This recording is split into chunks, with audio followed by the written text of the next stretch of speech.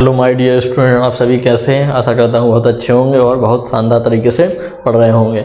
आप सभी का दा बुद्धा कोचिंग इंस्टीट्यूट में स्वागत है। जैसे कि लगातार हमारी एक्सीलेंस एंड मॉडल स्कूल की लगातार सीरीज चल रही है, ठीक ना। 12 क्लासें हो चुकी हैं, आज 13वीं क्लास होनी है और बहुत ही शानदार तरीके से होनी है, ठीक। आप देखते हैं हम 2022 कल 23-24 के क्वेश्चन पढ़े थे, उससे पहले 24-25 के पढ़े थे। 2 सीरीज में हमने ये भी कवर की है। आज हम 22-23 के क्वेश्चन पढ़ेंगे, ठीक ना। तो टोटल आपके मैंने 10 क्वेश्चन लिए हैं। 9 क्वेश्चन 2022-23 में क्वेश्चन आए हुए थे मध्य प्रदेश, ठीक ना। मध्य प्रदेश जीके से आपके कितने क्वेश्चन आए थे? 9 क्वेश्चन आए थे। एक मैंने होमवर्क में डाला है अभी, ठीक ना। तो हम पढ़ेंगे आज के कौन कौन से क्वेश्चन कैसे आए हैं और कैसे क्लास में जो मैंने आपको पढ़ाए थे टॉपिक उन्हीं से हैं कि नहीं क्वेश्चन, ठीक ना। तो आज हमें देखना है। तो आइए देखते हैं पहला क्वेश्चन क्या है। लिखा है व्हाइट टाइगर सफारी कहाँ पर स्थित है। क्या लिखा है? व्हाइट टाइगर सफारी, यानी कि जो व्हाइट टाइगर है, ठीक ना, यानी सफ़ेद टाइगर है, सफारी कहाँ पर, जो वहाँ घूमने के लिए जो वहाँ पे एक व्यवस्था चलती है, ठीक ना। जो कहाँ पर है व्हाइट टाइगर सफारी, कहाँ पर स्थित है? मुकुंदपुर। कहाँ पर स्थित है? मुकुंदपुर। बहुत अच्छे से ध्यान रखना है। कहाँ पर है? मध्य प्रदेश के मुकुंदपुर में एकमात्र जगह है जहाँ पर क्या चलती है? व्हाइट टाइगर सफारी, ठीक। दूसरा क्वेश्चन आपका क्या है? हेलियोडोरस स्तंभ अभिलेख किस प्राचीन शहर में स्थापित है। क्या लिखा है क्वेश्चन? हेलियोडोरस, उसने हेलियोडोरस स्तंभ अभिलेख किस प्राचीन शहर, प्राचीन शहर बोला उसने, नया शहर नहीं बोला, प्राचीन। तो आपका प्राचीन शहर है बेसनगर और वर्तमान में उस बेसनगर का नाम है विदिशा। क्या नाम है आप? विदिशा। क्या नाम है? विदिशा। तो अगर ऑप्शन में ना ही बेसनगर रहेगा तो विदिशा रहेगा, ठीक ना। और अगर विदिशा नहीं है तो बेसनगर तो 100% मिलना है, ठीक ना, क्योंकि उसने प्राचीन नाम पूछा है। तो प्राचीन नाम आपका क्या है? बेसनगर, ठीक ना। बेसनगर या विदिशा, इसलिए मैंने दोनों नाम लिख दिए हैं। तो विदिशा का ही प्राचीन नाम है क्या? बेसनगर, ठीक। तो ये क्वेश्चन भी आपके 2022-23 में आए हैं, ठीक। ये सभी क्वेश्चन बहुत मोस्ट है। अगला क्वेश्चन लिखा है अहिरी लोक नृत्य किस जनजाति से संबंधित है, ठीक ना। अहिरी लोक नृत्य का संबंध किस जनजाति से? सीधा सीधा क्वेश्चन, ठीक ना। तो इसका संबंध किससे है? तो इसका संबंध है आपका भारिया जनजाति से, ठीक ना। किससे है? भारिया जनजाति से। भारिया जनजाति कहाँ पर? तो भारिया जनजाति, ठीक ना। तो अगला क्वेश्चन आपका क्या था? तानसेन का वास्तविक नाम क्या था। तो तानसेन का वास्तविक नाम था रामतनु पांडे, यानी वास्तविक नाम का मतलब है रियल नेम, ठीक ना। तो इनका जो रियल नेम था वो क्या था? रामतनु पांडे, ठीक। फिर इनका नाम हो गया है तानसेन। तानसेन इसलिए हुआ क्योंकि ये बहुत महान कवि हुए, इसलिए इन्हें संगीत सम्राट के नाम से भी जाना। संबंध किस जिले से है? तो आपका ग्वालियर से, ठीक ना। तो आपको इतना याद रखना है, ठीक। आइए देखते हैं अगला क्वेश्चन। किस शहर को सिटी ऑफ जॉय के नाम से जाना जाता है, ठीक ना। तो सिटी ऑफ जॉय, तो सिटी ऑफ जॉय के नाम से आपको मांडू को जाना जाता है। किसको जाना जाता है? मांडू को, ठीक ना। तो ये हमने जब क्लास पढ़ाई थी तो उसमें हमने उपनाम लिए थे, तो देखो उपनाम से भी क्वेश्चन आ गया है, ठीक।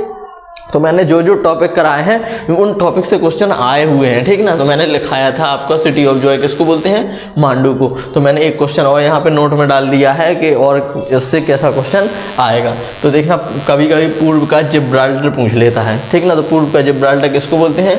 ग्वालियर को कहते हैं। किसको कहते हैं? ग्वालियर को। इसको पूर्व का जिब्राल्टर कहा जाता है, ठीक। तो इतना आपको याद रखना है, ठीक। तो जी हमने यहाँ पे 6-5 क्वेश्चन कवर कर लिए हैं, ठीक। अब आइए देखते हैं छठवां क्वेश्चन। छठवां क्वेश्चन में लिखा है मालवा का लोक नृत्य कौन सा है, ठीक। तो मालवा का लोक नृत्य है, तो आपका मालवा का जो लोक नृत्य है वो मटकी नृत्य, ठीक ना। मटकी नृत्य क्या होता है? तो मटकी नृत्य वह नृत्य है जब कभी भी शादी का फंक्शन हो या कोई भी खुशी का त्यौहार हो तो तब औरतों के द्वारा सिर पर जो मटकियाँ रखकर, जैसे 7-7, 8-8 मटकी रखकर जो नृत्य किया जाता है उसी नृत्य को कहते हैं मटकी नृत्य। ये खासकर महिलाओं द्वारा किया जाता है, ठीक ना। तो इसको लिए हम क्या बोलते हैं? मटकी नृत्य, क्योंकि मटकी को बैलेंस करके डांस करना पड़ता है, ठीक ना। तो इसको हम क्या बोलेंगे? मटकी नृत्य। ये मालवा क्षेत्र का बहुत ही प्रचलित नृत्य है, ठीक। तो इसको हमें अच्छे से याद रखना है, ठीक। आइए देखते हैं 7वां क्वेश्चन लिखा है धुआंधार जलप्रपात किस नदी के जल के गिरने से बनता है। जी हमने अभी पढ़ा था आपका 2023 में, कल जो हमने क्लास ली थी उसमें भी ये क्वेश्चन था।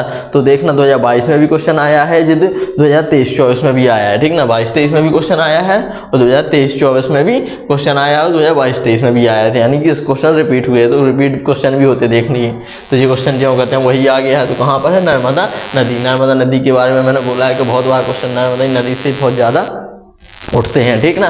तो नर्मदा नदी को अच्छे से ध्यान रखना है, ठीक ना। तो नर्मदा नदी की अगर लंबाई पूछा जाए आपसे तो 13-12 किलोमीटर है। केवल मध्य प्रदेश में पूछा जाए तो 1077 है। मध्य प्रदेश की जीवन रेखा के नाम से जाना जाता है। मध्य प्रदेश की गंगा भी है, ठीक ना, गंगा के नाम से भी इसको जाना जाता है। मैंने बताया था मध्य प्रदेश की गंगा अगर प्रदूषण के आधार पर पूछा जाए तो आपकी कौन सी नदी है, तो आपको याद रखना है बेतवा नदी, ठीक ना। कौन सी नदी? बेतवा नदी, ठीक। तो अगर आपसे प्रदूषण के आधार पर पूछा जाए तो बेतवा, और अगर आपसे स्वच्छता के आधार पर पूछा जाए या सीधा क्वेश्चन आए मध्य प्रदेश की गंगा के नाम से तो आपको नर्मदा नदी लगाना है, ठीक ना। आइए देखते हैं 8वां क्वेश्चन, कान्हा नेशनल पार्क कब बना, ठीक ना। तो जी मैंने क्वेश्चन उठाया जरूर है इसमें एमपी का, ठीक ना। जे आपका जो अभी 15 नंबर की हिंदी आती है, 15 नंबर की इंग्लिश, तो ये इंग्लिश में क्वेश्चन आया हुआ था, तो मैंने इसी में लिख लिया है, जिसमें क्योंकि जी मध्य प्रदेश संबंधित है इसलिए मैंने लिख लिया। तो कान्हा नेशनल पार्क कब बना, तो मैंने अभी नेशनल पार्क भी क्लास में पढ़ाए हैं, लास्ट क्लास हुई थी हमारी अभी टॉपिक में, ठीक ना। तो मैंने वहाँ उसमें नेशनल पार्क करवाए हैं। तो नेशनल पार्क में मैंने बताया था कि आपका जो कान्हा नेशनल पार्क है जी आपका, अभी देखना पिछली क्लास में भी हमने कान्हा नेशनल पार्क से एक क्वेश्चन आया था, ठीक। तो यहाँ पे देखना तो कान्हा नेशनल पार्क कब बना था, 1955 में बना था। कब बना था? 1955 में। जी मध्य प्रदेश का सबसे प्राचीन और सबसे पहला नेशनल पार्क है, ठीक ना। तो इसको याद रखना है कि अगर सबसे पुराना नेशनल पार्क कौन सा है आपका, कान्हा नेशनल पार्क है। कब बना? तो 1955 में बना। कहाँ पर है? तो आपका जी मंडला में है। कहाँ पर है?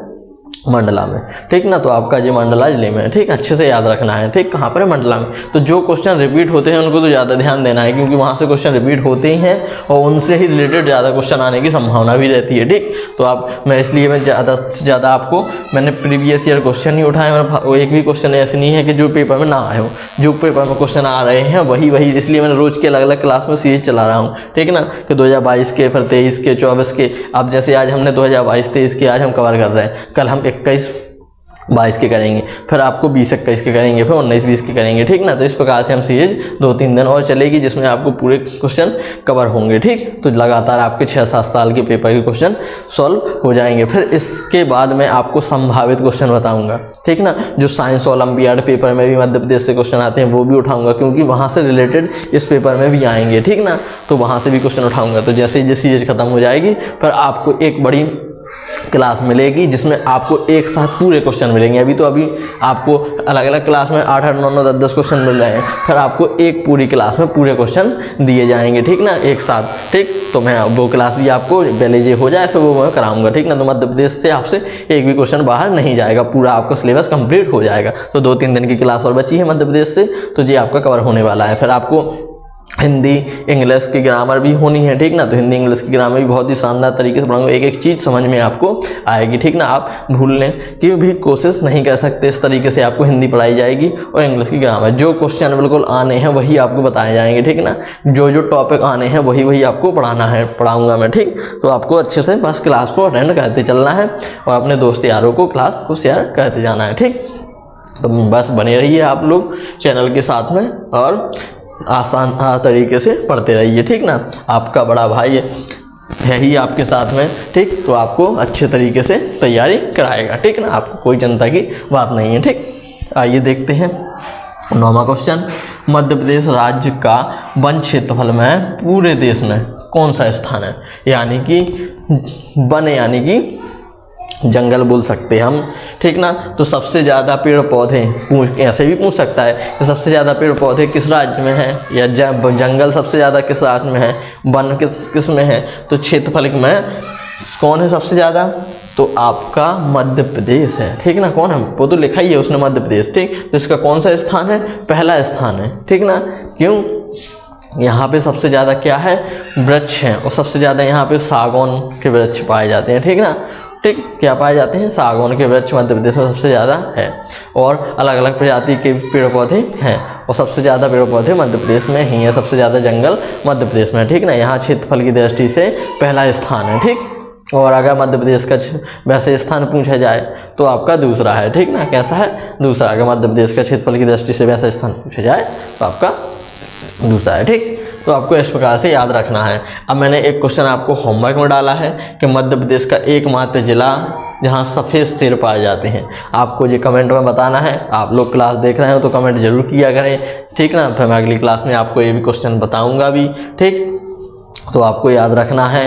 तो जो वहाँ पे प्रजाति पाई जाती है उस प्रजाति का नाम भी अगर आपको पता हो, मैंने क्लास में बताया था, अगर आपने क्लास देखी हो तो आप उसका नाम भी बता सकते हैं, कौन सी प्रजाति के वहाँ पे सफ़ेद सिर पाए जाते हैं, ठीक ना। नहीं तो मैं कल तो आपको बताने वाला हूँ ही, ठीक ना। ये मैंने आपको HW होमवर्क में क्वेश्चन दिया है।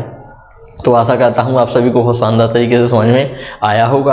अभी मैं इसलिए छोटी छोटी क्लास ले रहा हूँ कि जो आपके एक साल के क्वेश्चन कंटेंट तैयार कराऊंगा, एक साथ नहीं करा रहा हूँ, ठीक ना। जिससे आपको रोज़ के रोज़ क्वेश्चन मिलेंगे तो थोड़ा थोड़ा आप पढ़ेंगे तो आपके माइंड में अच्छे से बैठेंगे, ठीक ना। फिर मैं एक दूसरी आपको बड़ी क्लास लेके आ रहा हूँ, जैसा कि मैंने अभी बताया है, ठीक ना। तो आप लगातार जुड़े रहिए, ठीक ना। तो अच्छे से पढ़ते रहिए। कोई भी डाउट हो, कोई भी दिक्कत हो, कमेंट कीजिए, आपका सॉल्यूशन किया जाएगा, ठीक ना।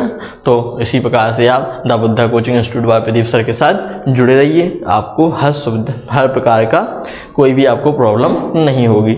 जैसे भी क्वेश्चन, किसी प्रकार का डाउट, कोई भी एग्जाम के बारे में पूछना हो, आप कमेंट कीजिए, आपको उसका आपको सॉल्यूशन जरूर दिया जाएगा, ठीक। तो धन्यवाद, मिलते हैं अगली क्लास के लिए। जब तक के लिए आप इंतज़ार कीजिए, कल फिर मिलते हैं इसी समय पे, ठीक। तो देखते रहिए और बने रहिए, अपने दोस्तों को भी क्लास को शेयर कीजिए। मिलते हैं अगली क्लास में, ठीक। धन्यवाद। ओके।